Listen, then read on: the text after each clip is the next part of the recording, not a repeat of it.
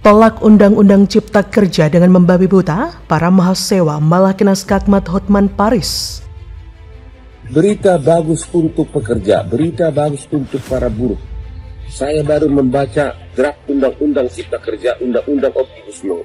Di sini ada pasal yang menyebutkan apabila majikan tidak membayar uang pesangon sesuai ketentuan undang-undang ini, akan dianggap melakukan tindak pidana kejahatan dan ancaman hukumannya 4 tahun penjara.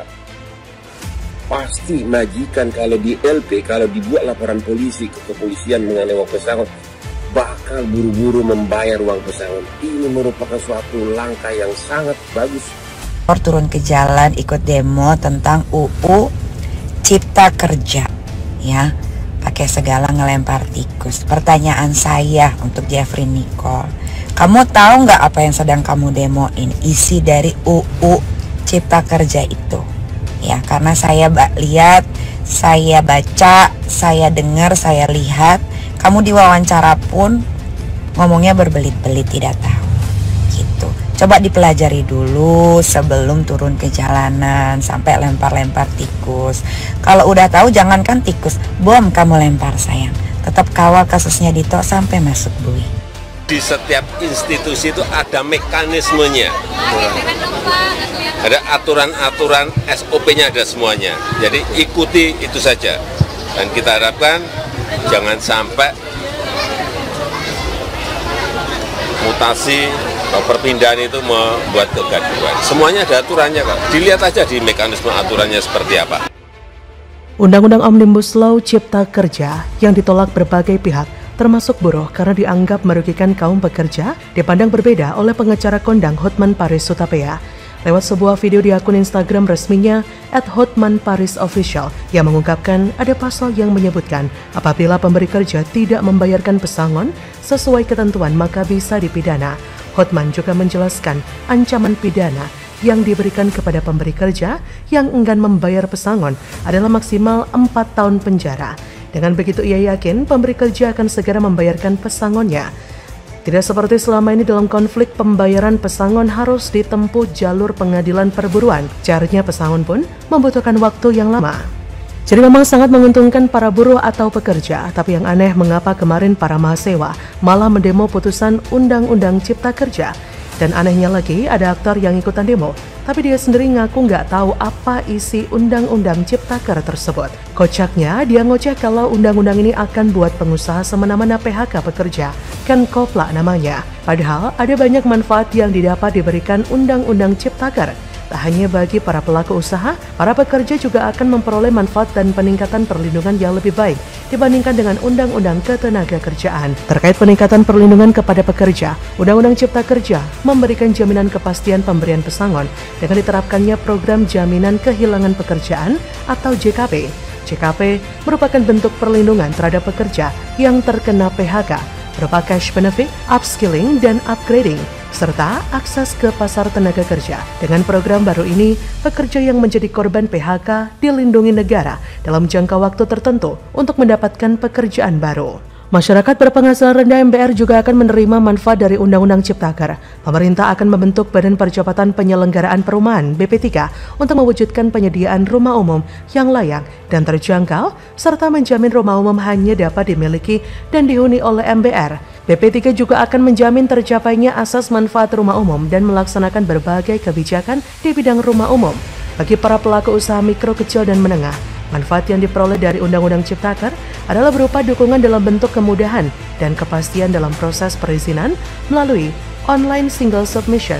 Pelaku UMKM juga diberikan kemudahan dalam mendaftarkan hak kekayaan intelektual atau HAKI, mendirikan perseroan terbuka, perseorangan, hingga persyaratan yang dipermudah dan biaya yang murah. Undang-Undang Cipta Kerja juga akan memberikan kemudahan juga kepastian kepada para pelaku usaha dalam mendapatkan perizinan berusaha dengan penerapan perizinan berbasis risiko. Kemudian mengenai keberadaan perkebunan masyarakat yang terlanjur masuk kawasan hutan, masyarakat akan memiliki kepastian pemanfaatan atas keterlanjuran lahan dalam kawasan hutan. Manfaat Undang-Undang Cipta Kerja juga bisa dirasakan oleh para nelayan. Kemudahan diberikan kepada nelayan melalui penyederhanaan perizinan berusaha untuk kapal perikanan. Pengurusan perizinan yang dulu harus dilakukan di beberapa kementerian, kini hanya cukup satu pintu, melalui Kementerian Kelautan dan Perikanan. Jadi, seharusnya apa yang para mahasiswa dan artis tukang pukul lakukan adalah menjadi calon legislatif agar ketika dia masuk ke anggota DPR, dia bisa tahu seluk-beluknya dan bisa mereformasi DPR dari dalam. Kalau demo-demo nggak penting cuma lempar-lempar binatang ke dalam gedung DPR yang nggak akan selesai masalahnya. Kalau merasa ada yang salah, gugat saja ke Mahkamah Konstitusi, karena Mahkamah Konstitusi pasti akan mendengarkan kalian kok. Saya nggak lihat ada yang masalah dan salah dari Undang-Undang Ciptaker yang disahkan oleh DPR.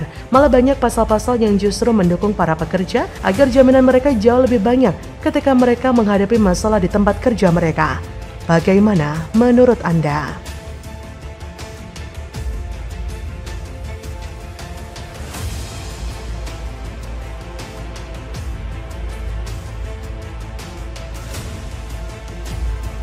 Jokowi cuekin Ganjar, disuruh jalan sendiri. Pengamat menilai Jokowi ke Ganjar ada beda gestur. Mungkinkah Jokowi mengalihkan dukungannya ke Prabowo? Pak, foto Pak. Sini. HP-nya. Tapi kita tidak bisa menutup mata. Pertemuan Ganjar beberapa waktu yang lalu, sehari kemarin misalnya, itu kan menegaskan bahwa hubungan keduanya baik-baik saja. Meski kalau kita melihat gestur Jokowi tidak seperti biasa, welcome dan hangat seperti biasa. Itu kelihatan banget ya Mas Adi? Bahwa ada pembicaraan keduanya iya, tapi memang kelihatan yang tampak lebih banyak berbicara gitu ya. Yang melakukan resultante dan resonansi itu Mas Ganjar ya. Sementara Pak Jokowi relatif lebih banyak diam. Enggak, Pak Presiden kok lebih kayaknya mau kangen sama cucu, jadi mau jalan-jalan. Malah saya diminta jalan aja gitu.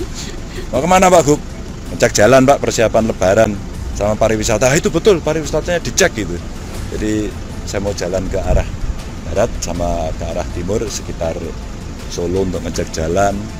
Terus kemudian kalau pertemuan ini dianggap sebuah pertemuan yang menunjukkan bahwa keduanya nggak ada masalah, bagi saya itu masih perlu diuji kebenarannya, karena pertemuan ini adalah pertemuan yang nggak sengaja gitu, dimana orang semua Jumatan, sholat Jumat, Pak Jokowi ya sholat Jumat, Pak Ganjar juga sholat Jumat, ya biasa aja gitu ya.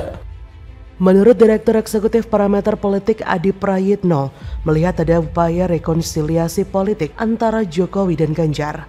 Kata Direktur Eksekutif Parameter Politik Adi Prayitno, kita melihat tampak di permukaan ada rekonsiliasi politik antara Jokowi dan Ganjar. Beberapa waktu lalu soal Pildun U20, statement Ganjar dan Pak Wawan yang buat Indonesia batal.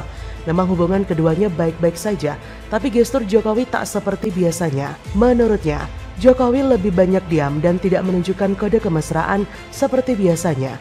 Memang, ada momen Presiden Jokowi disambut sama Gubernur Jateng Ganjar Pranowo. Hal itu menurut saya merupakan formalitas saja, yaitu bagian dari tanggung jawab kepala daerah untuk menyambut kedatangan presiden. Tapi setelahnya kita bisa melihat dan menganalisa. Setelah pertemuan tersebut, Ganjar dan Jokowi kemudian jalan menuju ruangan. Setelah 15 menit mereka berdua berbeda jalan. Ganjar menginap di hotel dengan alasan ingin menemani kegiatan presiden selama ada di Solo, sementara Pak Jokowi pulang ke rumahnya.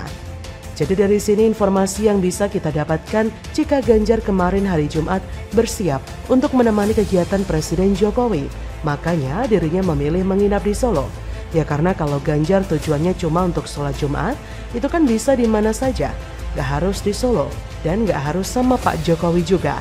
Tapi faktanya kemarin ternyata satu-satunya kegiatan Presiden Jokowi yang bisa diikuti oleh Ganjar cuma sholat Jumat. Jadi nggak ada yang namanya rangkaian kegiatan presiden yang bisa diikuti oleh Ganjar. Apa yang bisa kita analisa dari peristiwa ini, yaitu menunjukkan jika Ganjar tidak mendapatkan informasi terkait kegiatan presiden di Solo. Karena kalau Ganjar mendapat informasi itu, mestinya Ganjar datang duluan. Sudah nyampe di masjid, lalu kemudian duduk bareng. Hal itu baru ada komunikasi. Tapi yang dilakukan Ganjar tidak demikian. Ganjar tidak dapat informasi itu. Taunya Jokowi sudah nyampai di masjid dan Ganjar datang belakangan, seperti nggak pernah ada informasi sebelumnya. Lalu kemudian kalau pertemuan ini dianggap sebuah pertemuan yang menunjukkan bahwa keduanya tidak ada masalah, bagi saya hal itu masih perlu diuji kebenarannya. Karena pertemuan ini adalah pertemuan yang nggak sengaja, bukan pertemuan yang memang diagendakan untuk bertemu. Selain itu, menurut beberapa pihak yang sempat mendengar pembicaraan antara Jokowi dan Ganjar menunjukkan jika antara Ganjar dan Jokowi ada masalah. Ketika bertemu, Presiden Jokowi bahkan sempat menanyakan kepada Ganjar, "Mau kemana Pak Gop?" Pertanyaan tersebut memang seperti pertanyaan yang biasa saja, tapi